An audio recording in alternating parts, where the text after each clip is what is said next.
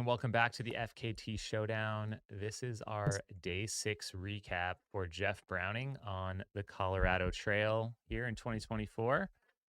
I don't know that we're going to have Jeff live this morning. We've been on a lucky streak the Yep. last few mornings, but we are going to talk to his crew. We are going to see where he's at and get all of the updates that you guys are waiting for. So thanks for being here. And always, if you have any comments or questions in the chat, please drop them in there. Good morning, Chris. Good morning. How Can are you you? see me? Yeah, Good. change Can of you hear? scenery this morning. Yeah. Yeah. So I just happened to he came through Gold Hill this morning and it's about, I don't know, 10 miles away from my house. And there were some items we needed and I had to go get some of those things and I just decided I'd bounce to my house quick and grab my mountain bike so I could ride up and try to maybe support him a couple other places on his climb to Georgia Pass today. Nice. Were you in Breckenridge this morning? Yeah, Gold Hill, which is technically right between Breckenridge and Frisco. Okay. Saw on the map that Jeff just crossed there, what, like an hour ago, a little more maybe? Yeah, maybe an hour and a half. I Okay. don't know. Um, yeah, probably just about an hour and a half ago. Nice. It seems like he's moving pretty well. Can you give us, and he did take, I think, a sleep near Copper Mountain for maybe like a 2 to 3 hour break last night? Yeah, 2.5 hours of sleep, Copper Mountain. So just a rundown on what transpired since. Let's see here. Where were we when we talked to you yesterday? You guys were near Turquoise Lake. Yes, thank you. Thank you. Had to remember. So yeah, we were near Turquoise Lake in Leadville. He left there and went up to Tennessee Pass. That section is a really nice section, but there is a little bit of a climb towards the end to get to Tennessee Pass. His only real issue yesterday was he was continuing to deal with a little of that bloating or intestinal discomfort, but nothing that was taking up a ton of time, but it was preventing him from running downhill. He said he was having some challenges with that and a little bit of lower quad pain in the one leg, but that was a bit of a challenge yesterday as well. Coming into Tennessee Pass, we gave him about a 15-minute nap there, and refueled and resupplied. He was in good spirits, and then I had a really awesome afternoon yesterday because, yeah, Shad and Scott Jurek put their heads together and thought it would be cool if I paced Jeff into Camp Hale. Oh, And so I rode out of my van about an hour before Jeff was coming into Tennessee Pass, and they gave me this idea. And Shad was giving up his pacing leg for yesterday to let me have that. And yeah, it was really cool. I was honestly, a little concerned about whether or not I might hold Jeff back, but they assured me that at this stage of the game, I'd be okay. So, so off we went. So I got to pace him for an 8 mile leg yesterday from Tennessee Pass down to Camp Hale. Gorgeous, very runnable path section, and we made short work of it. Actually, we were done in 2 hours. oh, nice. Um, so that was great. And then we got him into Camp Hale, got him fed, went down for a 45-minute nap there with the compression boots on. And yeah, Scott Jurek brought his compression boots. I think I mentioned that yesterday, but that has really sort of changed the game for Jeff for dark. Potentially. Oh, That'd back. be tough section. You go back to And me. I We're think he back. got there at I think 12:09. So sorry, he did Chris, really well with we that. dropped out for a couple minutes And there. then Oh, he can't we hear us. Probably. got them all ready to go there. Protein, cheese, um, some salmon, bacon. So we're pushing real solid foods now, and he's feeling a lot better because of that. And then, yeah, got him through there and out of there at I think 4 o'clock this morning is when, give or take, when he departed. And we saw him come into Gold Hill this morning. Um, and he was actually running downhill, not really complaining about his lower quad or any other issues. He was just really sleepy. He took a 15-minute nap in the zero gravity chair. We woke him up. Um, he got ready and out he went with Scott Jurek.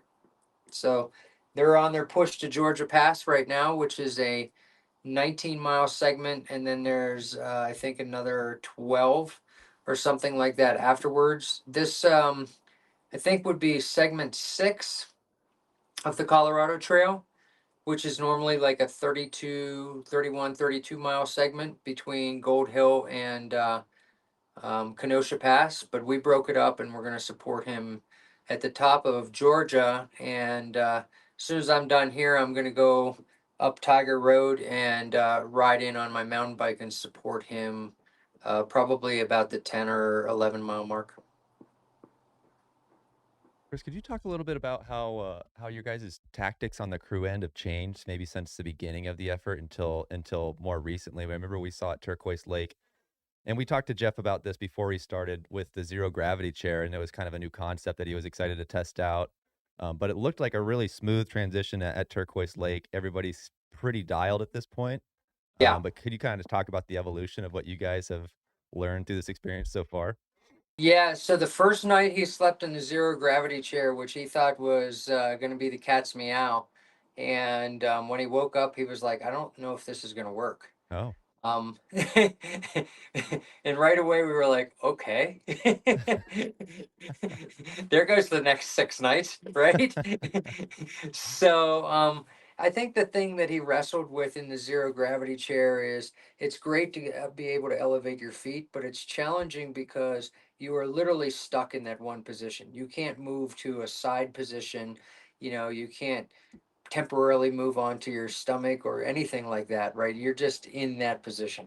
And he was a little restless in that the first night. So I immediately said, well, you can use my van.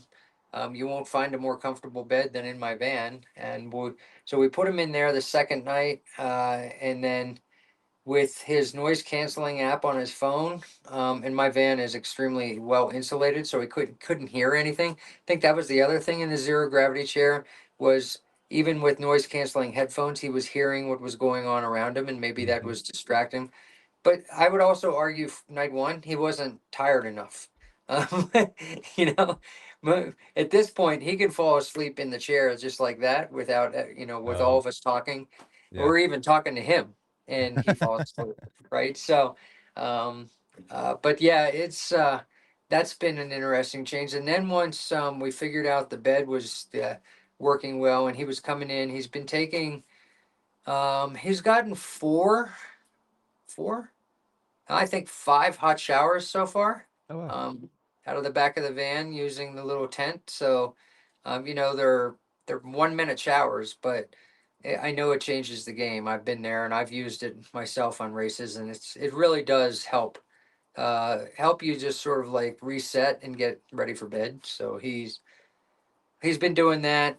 The transition into using the bed, and it's taken a couple nights to figure out what's the ideal temperature he wants to be at. And then when Scott showed up with the Normatec compression boots, that's really been a game changer.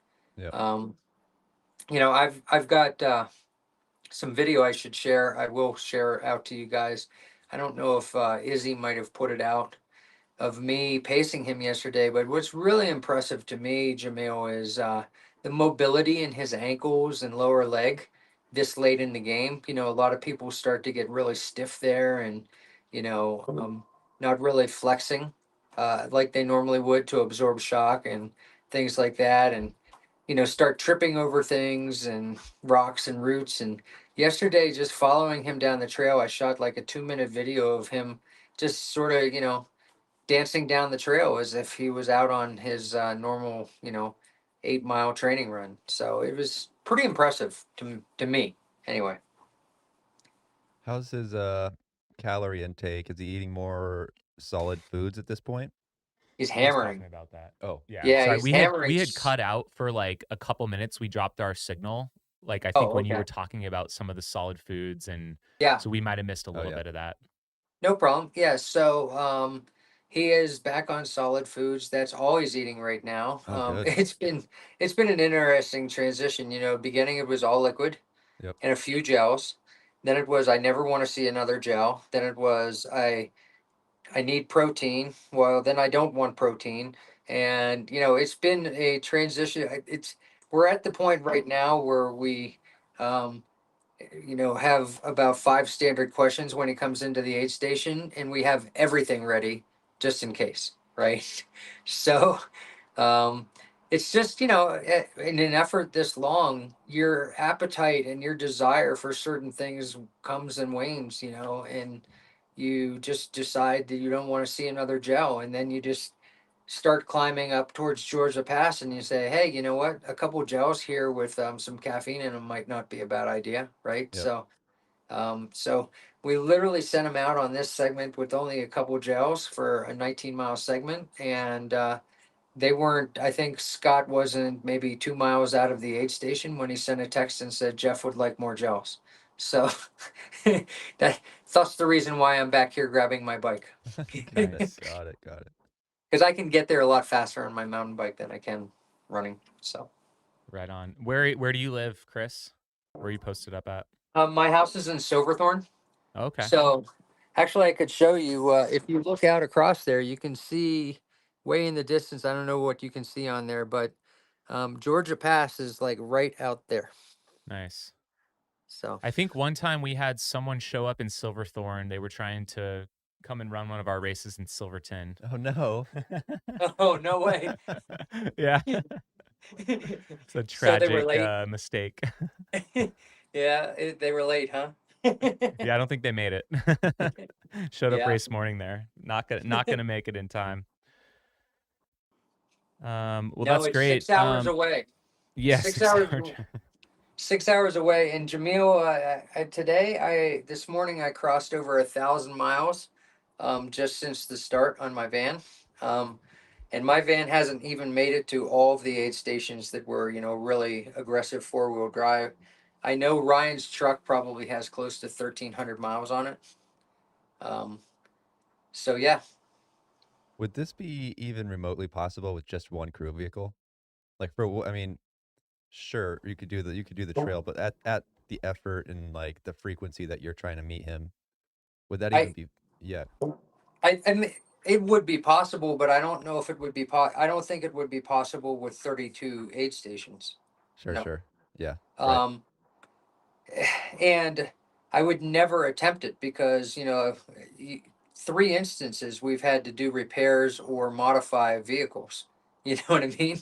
Yep. So I told Jeff from the get go there was no way we were doing this with only two vehicles because I was really concerned we could easily lose two vehicles with the difficulty of the roads.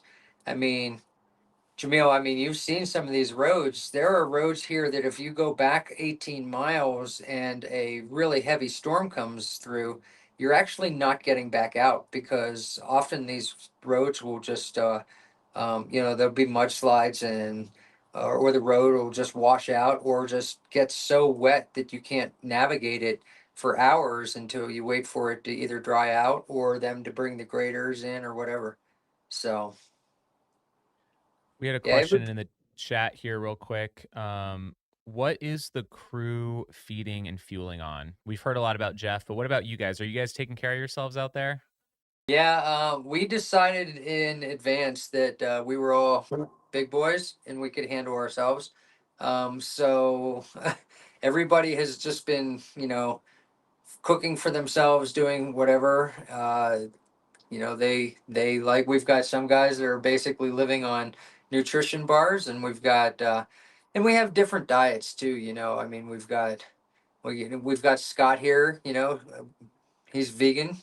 We've got or I should say plant based. I don't exactly know what he goes by. But we've got Derek, who's got his own pretty restrictive diet. Ryan's much closer to Jeff's diet, but will stray occasionally. And, I try as much as possible to follow Jeff's diet, but frankly, this week I've sort of thrown it out the window. I'm eating whatever I can get my hands on, and when I have time. So there were a couple days where I don't think I ate. I probably went like 16 hours without eating anything other than like a handful of chips or something like that. So yeah, that's been a challenge. I think if I were to do it again, we would maybe coordinate and try to handle crew meals because I think that might work better. But it also would increase the amount of logistics. Yeah, So you could almost build like an infinite team. You could have like a whole chef just to take care of the crew. You could probably have a mechanic, uh, yeah, Yeah, yeah. a I mean, pacer really. shuttle, back and forth. Like there could it could really be an unlimited amount of people involved. I said that I told Jesse if we're going to do it, we're going to have a mechanic, we're going to have a dedicated cook, we're going to have a shuttle, we're going to have 2 or 3 extra people to shuttle vehicles. Yep. We're going to have, and I said we'll just run it like a Tour de France team. We're probably going to need a tour bus. Um, Yeah, I mean, like an equipment manager, a masseuse, like you go down the yes, line. it is. I mean, you really could go crazy with it. It'll be interesting to see, what Courtney does or looking at what some of the other people do. Certainly, Kyle didn't have this kind of an entourage. Um, so maybe one could argue that too much is not that advantageous, right? I Sure. mean, Yep.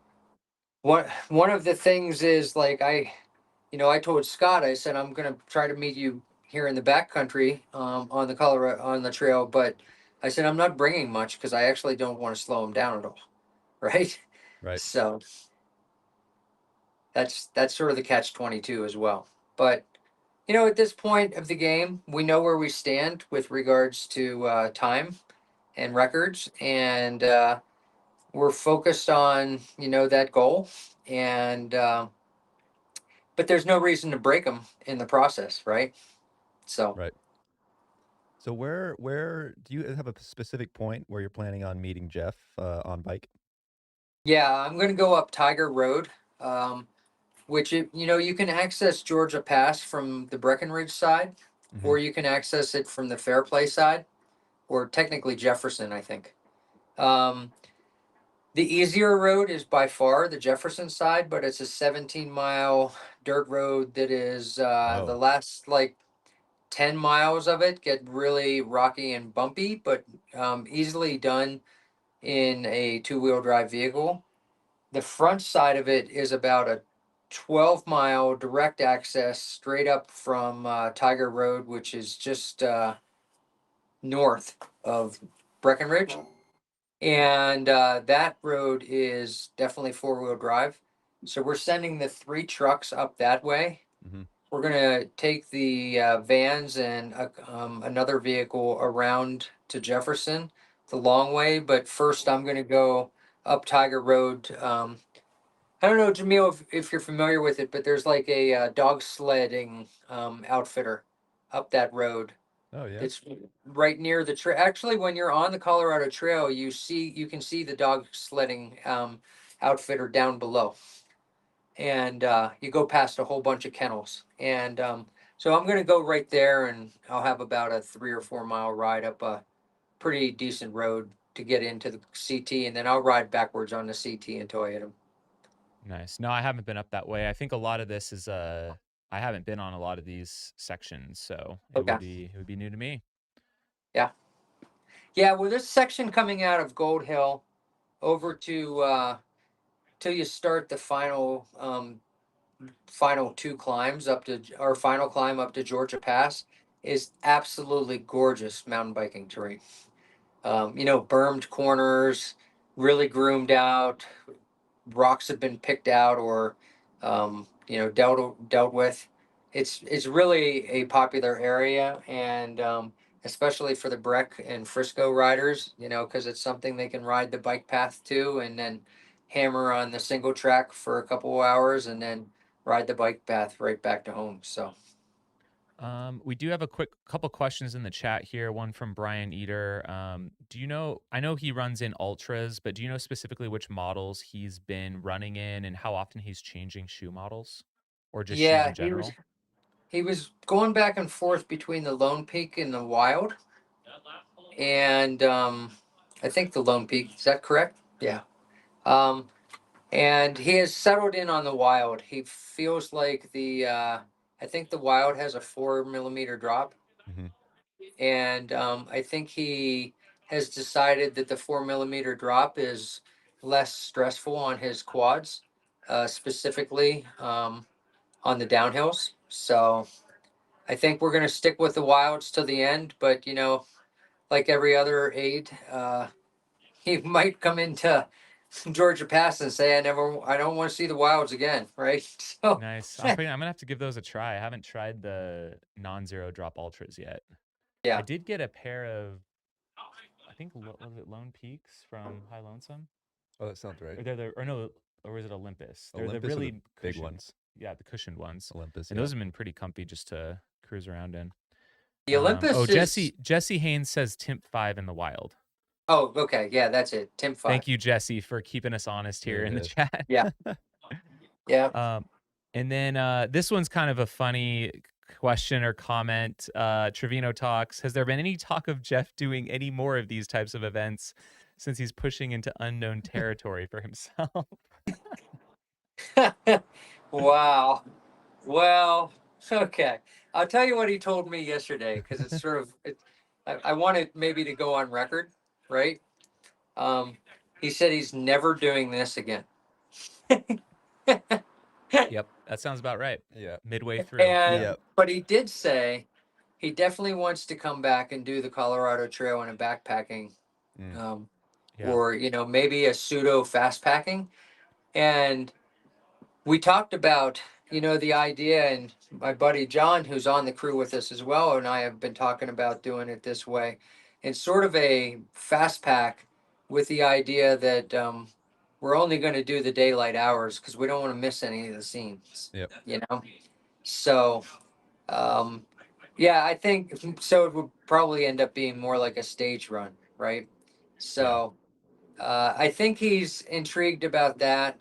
Uh, but I've heard that so many times from so many people, including myself. And by Tuesday in the Airbnb in Littleton, he's probably, it's up closer to Evergreen. He's probably going to be commenting on how we could cut time and how we could have done this different. Yeah. And Yeah. Sure. yeah, I mean, this is the ultra runner nature, right? I mean, Yeah. Well, and if you do the Colorado Trail and you live in Flagstaff, I mean, the Arizona Trail has to be on your mind at some point. I mean, I wasn't gonna say it it is yet. brutal. Well, I'm gonna say it just because it's just, if you're in the Southwest, I think, Right. these two trails stand out. Especially, I mean, it's a lot to chew off something like the yeah, Appalachian Trail or Pacific Crest Trail or Continental Divide Trail, but some of these are a little bit more manageable. I Yep. mean, this one's a little over a week. Arizona Trail is going to be more like 2 weeks. You have like the JMT or the Long Trail. There's more and more popping up though. You've got the Base Circuit Trail up in Boston. You've got the Maricopa Trail here in Let's say Phoenix. that. I think there's a Greater Denver one that, or even, if you can't bite off the entire Colorado Trail, uh-huh. doing the collegiate loop, I believe is Yeah, what they call it, like the west and east. You do that ring in the middle. I think is yeah. I think Courtney holds the record on that now, doesn't she? I believe so. That's maybe more akin to like the Tahoe Rim How Trail. how far would that be? Like I 100 think it's miles? 160 maybe, Okay.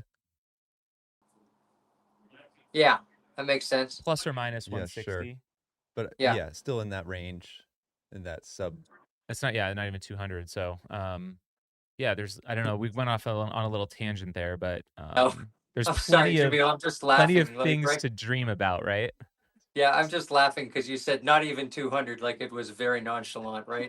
And this is where we're I at mean, these that's the new days, right? baseline, right? I mean, Yeah, people are doing hundreds every weekend, like they're just candy, like something in a candy dish. The So, perspective is shifting. yeah, yeah. It is. um, It is interesting. You should ask Jesse when he's going to do it because he was showing quite a bit of interest during this Yeah, time. we're campaigning for a Jesse Haynes Colorado Trail. Yes. I know he's listening.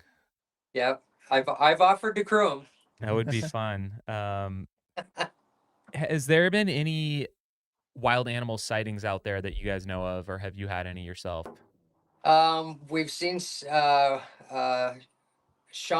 Jean saw a moose yesterday Oh, while he was refilling a bottle. Which is A one lot of the of deer. most threatening animals probably to encounter. A A moose lot on the of trail. deer. oh yeah. Yeah, it wasn't on the trail. It was off to the Oh, side. okay. A lot of deer. Jeff and I saw a small buck yesterday, mule deer buck yesterday.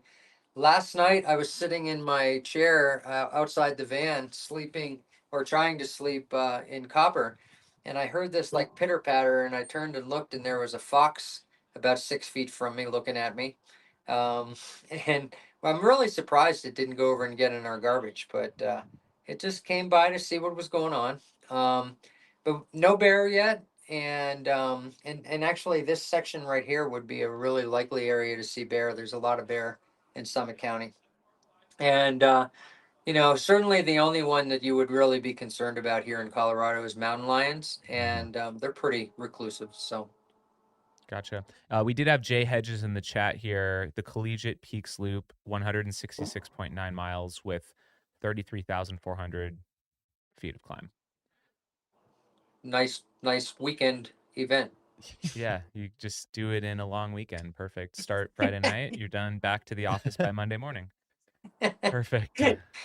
Not for Um, me, but for some people. yeah, for sure. What else do you have for us, Bryce? Do we know the actual mileage that Jeff is at right now? It was 380 this morning, I think. Yeah, he was 102 miles out at Copper. Oh, So okay. I'm just gonna take a guess that he's done maybe 4 or 5 in this time frame. Okay. So you're So saying less than 100 to go. less than 100 to go. We've been sort of joking with him that it's only 100 now, and that normally is somewhere between what 16 and 21 hours. Yeah. So And it's net downhill. So yeah, there's no exactly. I mean, excuses. yeah, and I think Derek Lytle made the comment that hundreds are like 5Ks for Jeff these days. So I don't know. Yeah. Well, that's Yeah. great. So, I mean, it sounds like, I mean, do we feel like we are less than 24 hours from a finish? Like, will we be checking in with you at Waterton Canyon tomorrow, or maybe not quite there? I think there's a reasonable chance that could happen. Okay. Yep. I think, for instance, we're not planning on a long sleep tonight. We're not planning on it. There's no showers. We're Yeah. done. It's It's gonna be like stinky. we're He's gonna like we're it. s- we're slowly but surely taking away all creature comforts and making him go to the barn. Yep. Well, I'm now thinking on the fly here. This show is definitely can be as dynamic as we want it to be. It sounds like we might need to be in touch so that we can go live at the finish no matter what time it is. We can do So, that. like I'm Sir. pretty open this weekend. So if Yeah. it ends up being 3 in the morning, I can come down. If it ends up being 11 a.m., I think I'm pretty I wouldn't. flexible. I would think it's going to be after daylight, Jimmy. Okay. Okay. All right. Well, that's good for us. Not complaining. Yeah, sounds good. I, I, I don't even want to forecast, and by no stretch of the imagination is this in the bag. I mean, I think we Right. all know Right. that, right? Right, of course. Anybody who knows ultra running and knows anything over 100 miles, or basically anything over 50, right? I mean, there's no such thing as an easy ultra. I mean, I think that's a David Horton, right? But uh, they're all hard. They're all challenging. There's always question.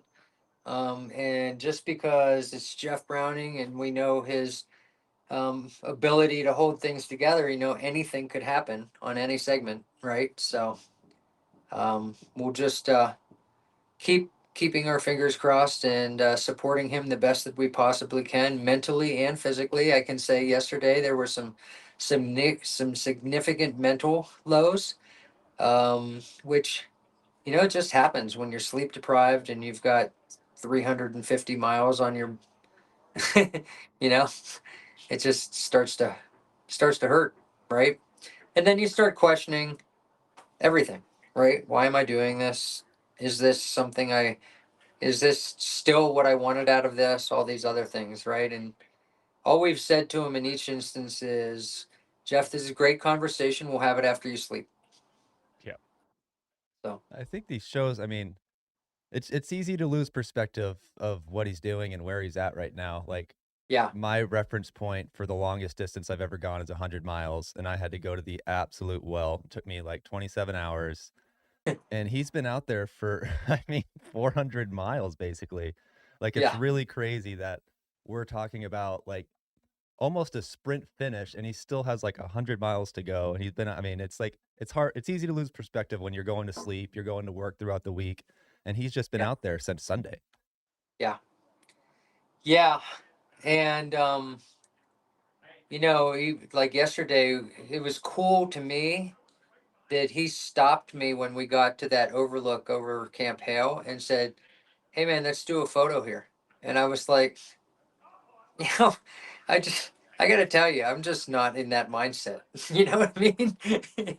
when when I get deep into a race, to have the clarity of mindset to be able to do that, but then 4 miles later, we're having conversation about why and what and what this means and what it means to other people, and that's when I actually I want to thank Jesse Haynes, who I know is listening, for giving me a line that I used with Jeff yesterday when he was pretty low. And that line that Jesse told me to use with him, we've all heard is, when the going gets tough, the tough get going. Right. And I just said that to Jeff and said, hey, Jesse told me to hold this for like that moment for you. And I'm going to play that card right now. And he sat back and he looked at me and he said, yeah. He's like, yeah, he's right. Let's get going. So, Jesse you did know, clarify that he's at mile 386 right now. He's tuned in. yep, We also good deal. have some breaking news that Kira's given him the go ahead, but it has to be the same crew. That's awesome. So you guys are Giddy up, locked in. giddy up. Giddy up. Chris's soul just leave his body. God, Yeah. I'm gonna need some time. Devastation. No Yeah. pressure, no Okay. Well, you pressure. know what? I would say this to Jesse. We're gonna be in Denver tomorrow.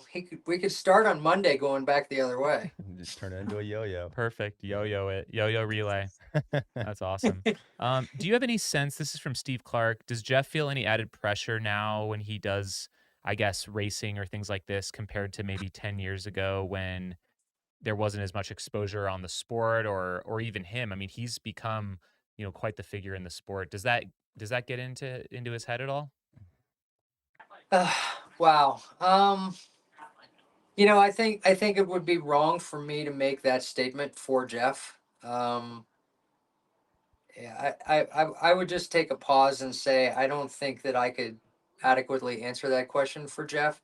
I think what I would say is on this particular effort, I think there was some pressure um, there where he felt like that A goal, Kyle's overall, was maybe like really really important.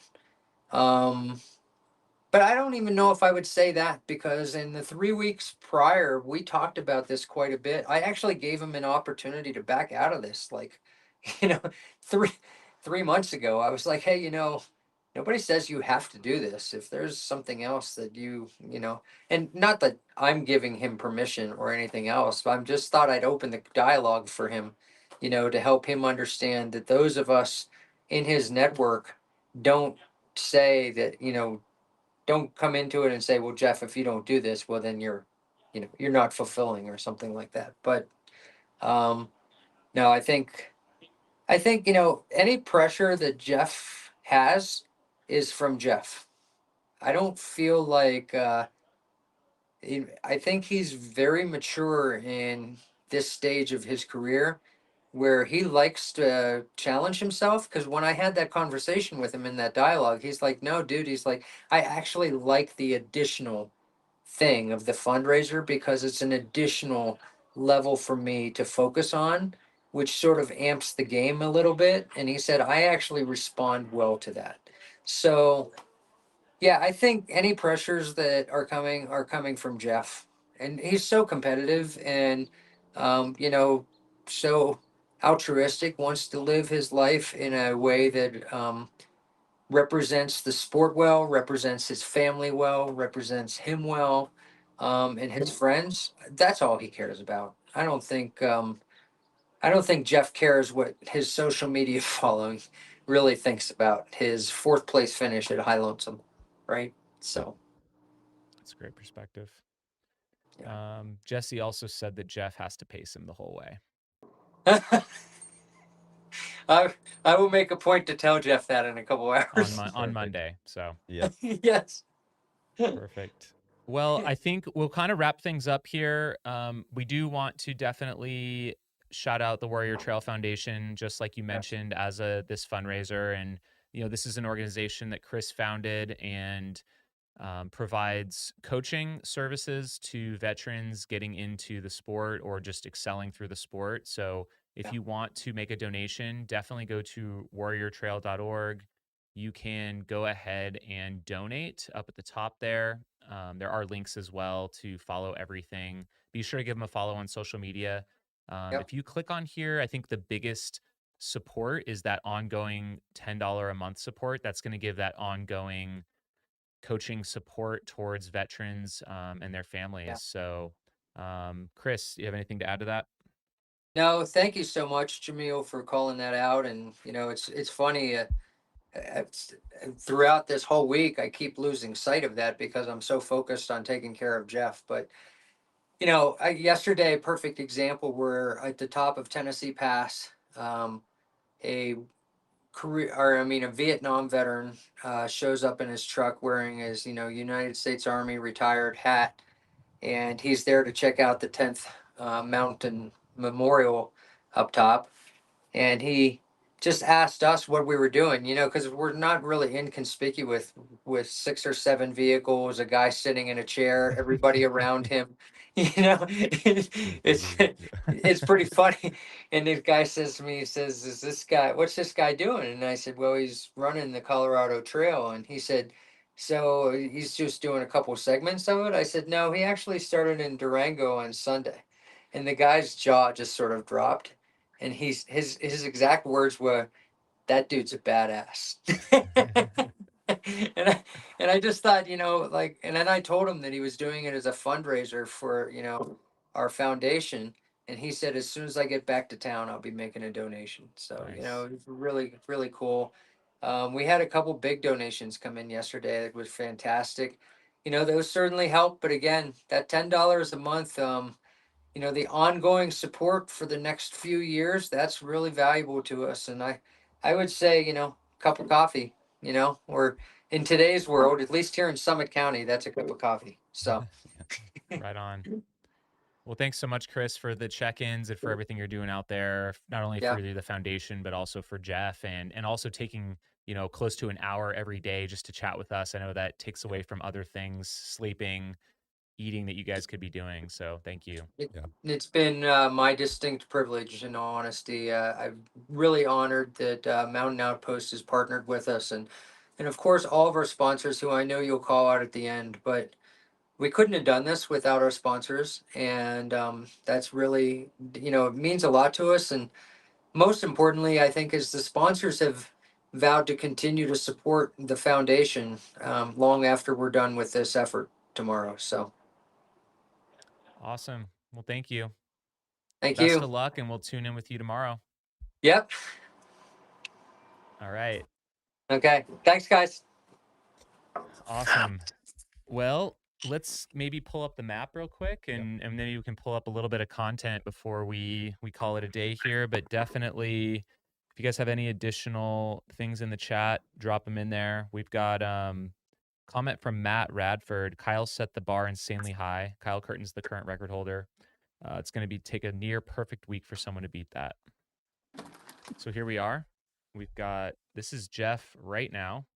If we zoom out slightly, you'll see Gold Hill to the left there. You've got Breckenridge is right down there in the lower left. So he is, yeah, still on that Continental Divide Trail as well, looks like. We zoom out slightly. You see Breckenridge there. He's got a couple of these passes left. He has Georgia Pass, Kenosha Pass, and then, yeah, he'll be heading. You see Denver's right over there. He's kind of heading due east at this point. Yeah, it's looking, I mean, really close. So good stuff. Yeah. And like you said, mostly downhill. It looks like sounds like he just has maybe a one or two more significant climbs. Yep. Oh, have we seen this one yet? Not yet. This is new. It's just posted. I don't know if this audio will come through, but we got a Scott Jurek selfie video. He just posted this 29 minutes ago. So he's out on the trail right now. Under the 100-mile mark to go. What a pacer. Scott Jurek. Oh yeah. I mean, that's a stable shot too. Don't imagine he has a gimbal. Should hire him. Yeah, it's really insane to see Jeff. I mean, we've heard the crew talk about the lows and the highs, but it's pretty wild that every time like we've seen him on camera in these videos, like his gait looks amazing for this deep into the Colorado Trail. Yeah, it looks like a beautiful morning out there. Sure does. I'll have to go and watch this and listen to the audio at some point. Yeah, no, there's a story he has on there where somebody's like, "Who's the grinder?" And he comes on up. He's like, "I'm grinding." Nice. That's awesome.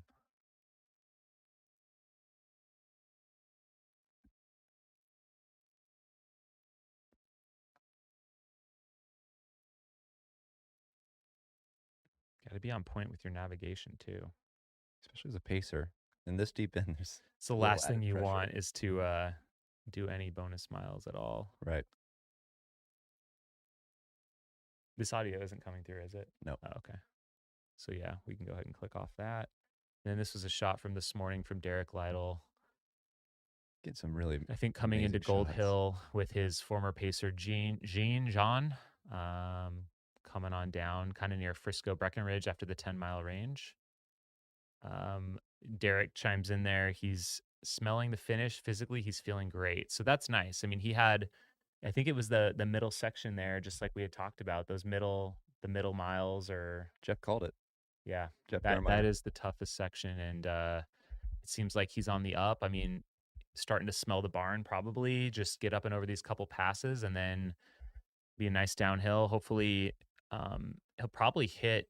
I mean, if he hits the lower section in the dark too, like after the heat dissipates, Oh yeah, true. that could be good for him. So, Yep. but yeah, we look forward to checking in tomorrow for his finish. So that, I think that might be our plan. We might be a little more flexible with our check-in time. Like we would love to be there to see it, to recap it with him, and kind of close out this week. Yeah, we'll get to experience a little bit of what the crew is experiencing with constantly checking the updates. We have one more thing before we go. We did have a start this morning on the Colorado Trail for DJ Fox. He attempted it last year, didn't make it. He was the world's toughest mudder 2022 champion. And I believe this is him and his crew 2 hours ago arriving to the trailhead. Same spot as Right Jeff's in crew. Durango, I Yep. think 6 days ago, 8 a.m. start time. That is not him. That was like maybe a support crew. He's getting his squirrel's nut There butter it is. going right there. Little shot of the gear here. Yeah. And there he is turning on his tracker. He's got his Koros Vertex 2, looks like. And his beard close up. And there he is. It looked like it was right around 8 a.m. and he's off. I couldn't quite tell if that was a support team member heading out in advance. It might have been, but he's actually leaving the trailhead solo there. For a normal through hiker, this would be a pretty late start. Is that correct, or is this still kind of mid-season for the Colorado Oh Trail? no, I think you're fine. Yeah. Okay. Well, for a through hiker, I think you're still okay in Yeah. late August. I mean, you can start to get some snow, I think, into September on the high peaks. Nothing too crazy, Okay. I don't believe. I mean, how long does a typical through hiker on the Colorado Trail take? What, maybe a month? Maybe less? Okay. I would imagine. I mean, Arizona Trail, I would say, is like 45 days Okay. to 2 months. So, So like 3 to 4 weeks. So yeah. I think you might still be okay right now, but oh, and then maybe we could, I guess he doesn't have a link to his tracker, but at some point, I guess we could maybe go to fastest known time. Do you have that pulled up yet?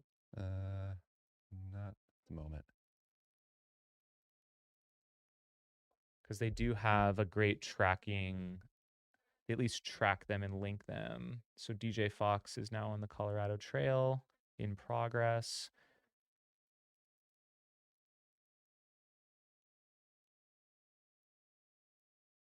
Try and pull this up real quick.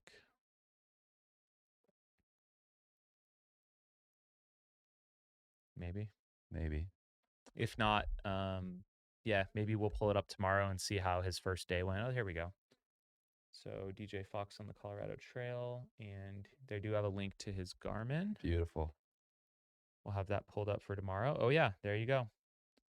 So yeah, 7:11 a.m. Is it start time or the first meeting? I think it was actually.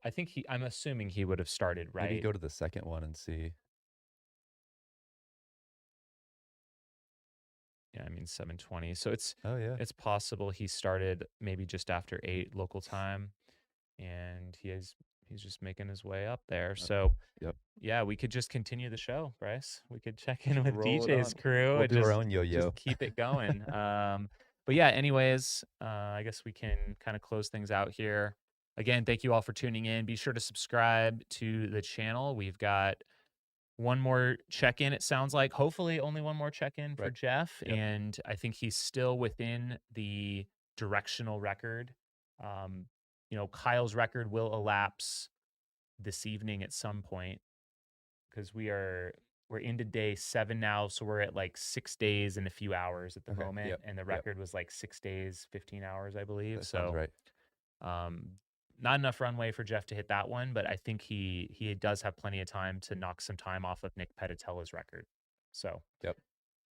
he could be very close to maybe breaking 7 days, or he'll just be a little bit over 7 days. So follow his tracker. We'll see you tomorrow, and thanks for tuning in. Sponsor shout out.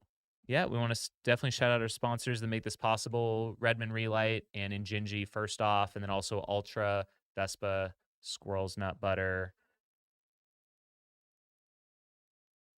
I think you got him. And maybe that's it. So thank you. We'll see you tomorrow.